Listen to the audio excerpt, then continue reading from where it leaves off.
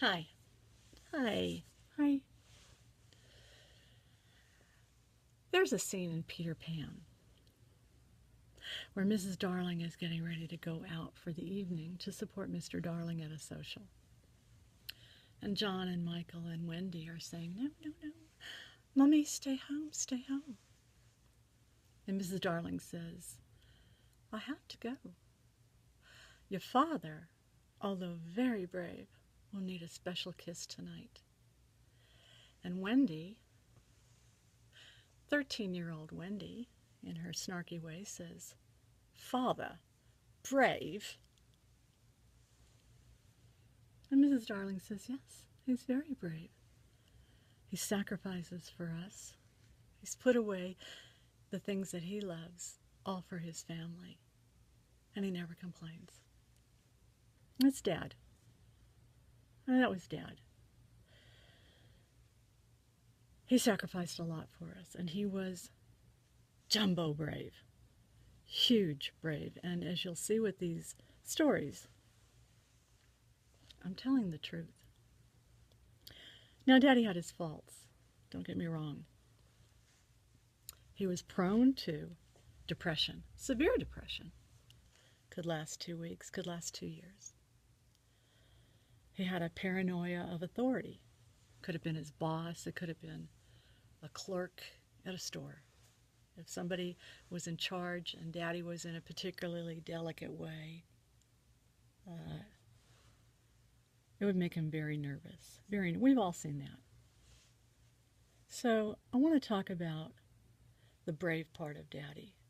Daddy always said that regardless of what the kids thought of him, his involvement, his non-involvement, he was going to provide for his family better than any man could ever provide for his family. And Daddy did.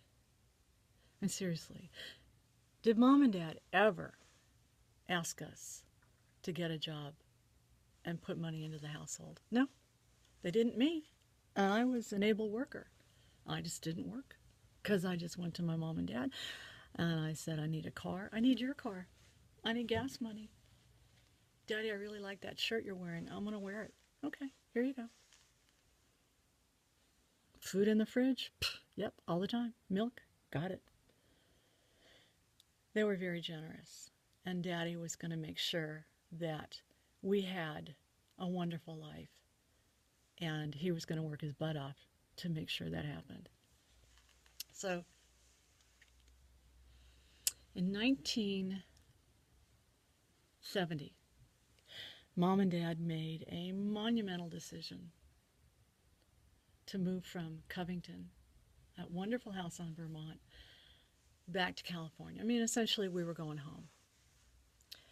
And I remember, Daddy wasn't a hard nosed proclamating guy. He never said, my way or the highway. So when Daddy did say something, we listened. And this day he proclaimed. We were sitting in the living room and all of us were there. And Mom and Dad were behind me talking. I wasn't really paying attention, I was watching TV. And I heard Daddy proclaim. He said, "That's it. We're moving back to California." I didn't think anything of it, but boy, by gosh and by golly, they were out of there pretty fast. Packy and I stayed with a friend of his, and we followed right after that. We went to California. And boy, did Mom and Dad find the best place. Reams? Oh my gosh. Talk about a reintroduction to heaven. It was great.